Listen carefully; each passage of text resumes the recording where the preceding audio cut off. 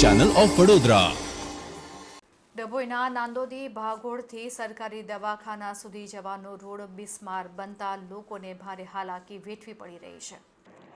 વરસાદી પાણી અને ગટરના પાણી રોડ ઉપર ફરી વળતા ખાડા ટેકરાવાળા રસ્તાને કારણે વાહન ચાલકો અને પગપાળા જનાર તેમજ રહેણાંક વિસ્તારના લોકો ત્રાહિમામ પોકારી ઉઠ્યા છે। લોકો ડભોઈ નગરપાલિકા તેમજ પોલીસ સ્ટેશન સરકારી દવાખાના જવાનો રસ્તો આજ હોય છતાં નગરપાલિકાના સત્તાધીશો અને પ્રમુખ તથા વહીવટી તંત્રની બેદરકારીને કારણે લોકોને મુશ્કેલી વેઠવી પડી રહી છે। હાલ ચાંદીપુરા રોગચાળો સમગ્ર ગુજરાત સહિત ફેલાયેલો હોય અને બીજી તરફ ચોમાસાની ઋતુ ચાલતી હોય ત્યારે ડભોઈ નાંદોદી ભાગોળથી સરકારી દવાખાનાના 4 રસ્તા સુધી અગાઉ પાણીની લાઇન ખોદકામ કરી નાખવામાં આવી હતી।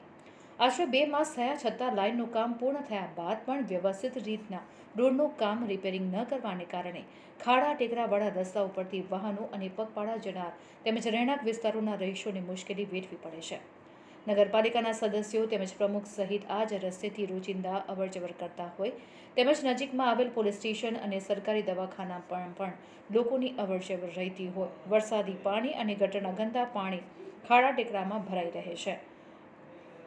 ત્યારે 2 માસથી સત્તાધીશો દ્વારા વહીવટમાં બેદરકારી રાખવામાં આવતી હોવાથી વહેલી તકે આ રોડ રસ્તાની કામગીરી તેમજ ગટરની સાફ સફાઈ થાય તેવી જાગૃત નાગરિકોની માંગ ઉઠી છે।